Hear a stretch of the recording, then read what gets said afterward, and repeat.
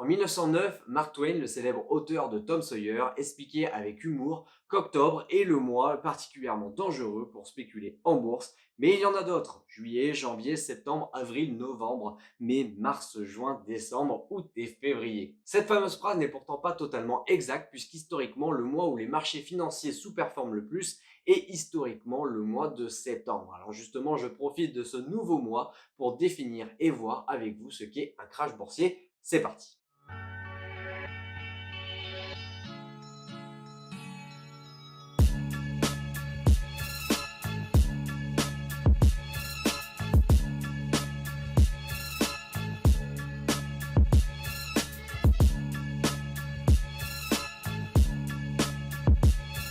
Si je vous cite 1929, 1987, 2000, 2008 ou encore 2020, est-ce que cela vous évoque quelque chose? Eh bien, toutes ces années ont été marquées par de violentes corrections, c'est ce qu'on appelle plus communément un crash boursier. Alors je vous vois tout de suite venir, est-ce qu'on peut associer un pourcentage au niveau de ces corrections pour qualifier de crash boursier?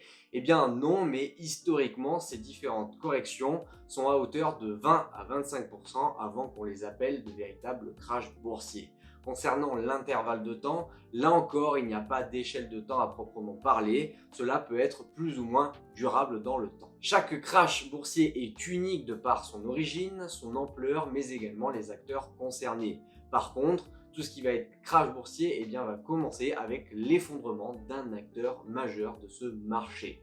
Bref, avant cet effondrement-là, il y a toujours une création de ce que l'on appelle une bulle, mais pour voir ceci en détail, reprenons la base. Pour déterminer le prix d'un actif, vous devez avoir en tête deux valeurs distinctes: la valeur intrinsèque de l'actif, ou autrement dit la valeur fondamentale basée sur une réalité économique, et la valeur de marché de l'actif, dont le prix est fixé par l'offre et la demande. En théorie, un fonctionnement rationnel va venir converger ces deux valeurs. En pratique, c'est totalement différent puisque les émotions des différents investisseurs vont entrer en compte. Et c'est ainsi qu'on va avoir des valeurs de marché qui vont être supérieures à des valeurs intrinsèques réelles.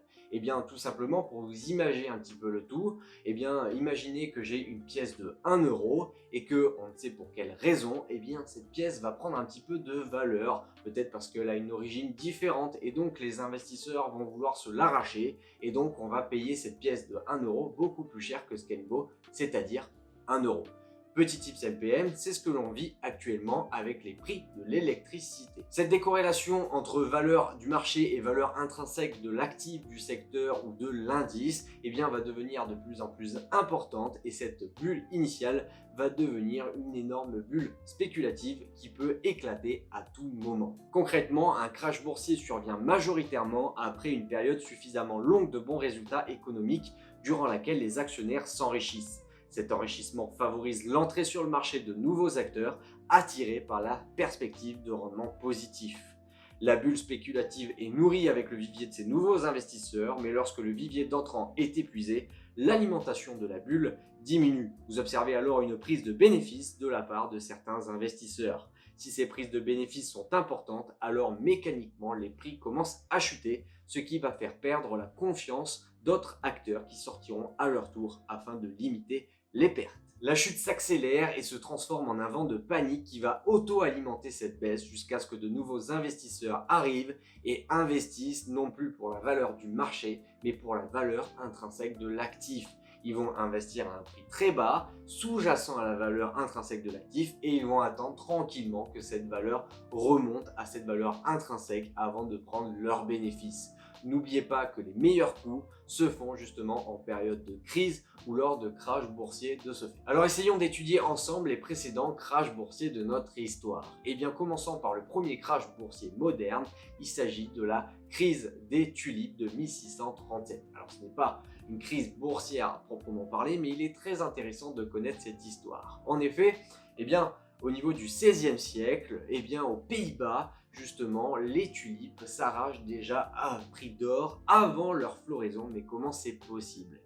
Justement, quelques mois avant cette floraison, les prix des bulbes sont arrachés à prix d'or et il y a plusieurs produits financiers qui fleurissent, si je puis dire. Il s'agit des différents contrat à terme. Parenthèse NPM, un contrat à terme constitue un engagement d'un acheteur vis-à-vis d'un vendeur pour un actif à un prix fixé à l'instant présent, mais pour la détention et le règlement qui s'effectueront à une date future. En 1634, eh bien, la France se joint à la fête et des investisseurs vont voir là une aubaine et vont participer mécaniquement à la flambée des prix. En novembre 1636, le prix des bulbes aura doublé en près de 3 mois et en février 1637, patatras, plus beaucoup d'investisseurs et donc le prix des bulbes va terriblement chuter et donc va entraîner dans sa chute de nombreux investisseurs qui seront arrivés dans les derniers instants. La seconde histoire que je vous propose est la plus grosse et la plus grave crise économique et financière, la crise de 1929.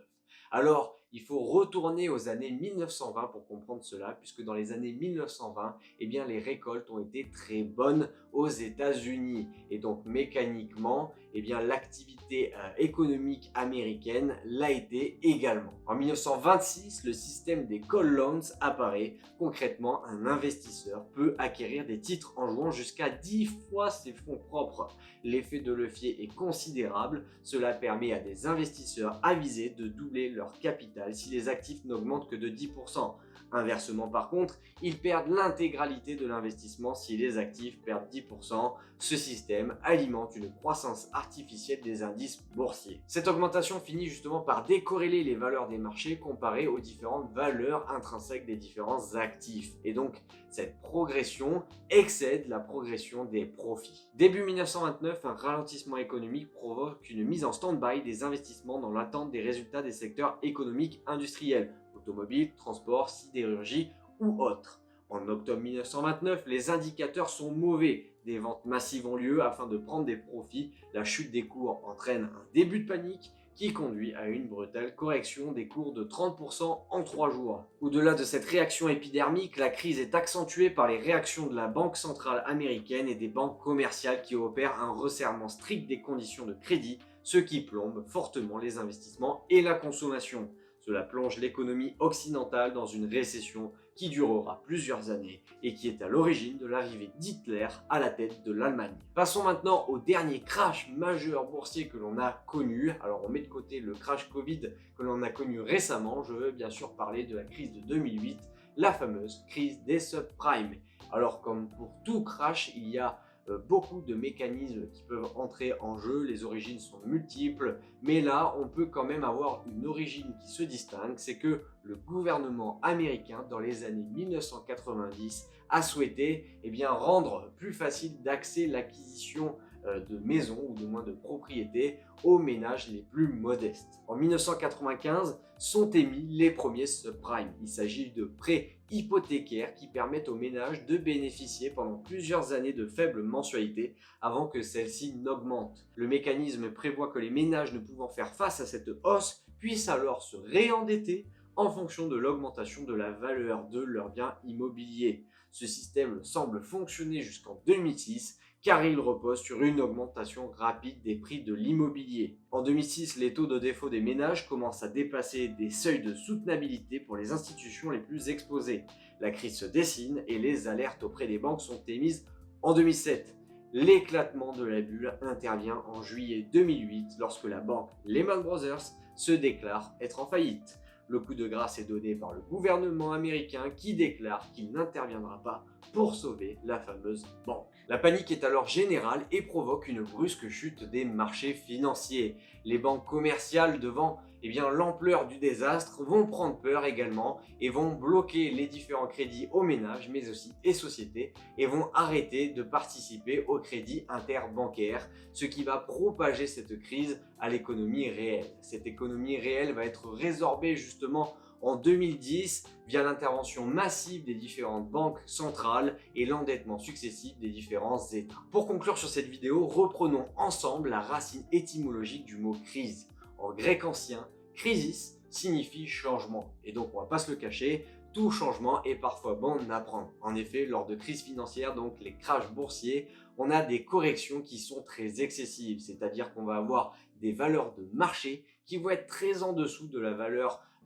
intrinsèque de certains actifs. Et donc, c'est pour ça qu'il va falloir investir, nous, investisseurs, justement sur des actifs sous-évalués et qui ont bien sûr des bons fondamentaux derrière. En effet, si c'est le cas, eh bien mécaniquement, de nouveaux investisseurs vont s'en rendre compte, vont entrer sur le même actif que vous et donc on va avoir un rebond de marché qui va converger justement vers la valeur intrinsèque de cet actif et donc vous allez pouvoir à ce moment-là récupérer vos bénéfices. Bref, vous avez maintenant tous les outils et toutes les connaissances pour faire les meilleurs coups de cette dernière décennie, voire de ce siècle.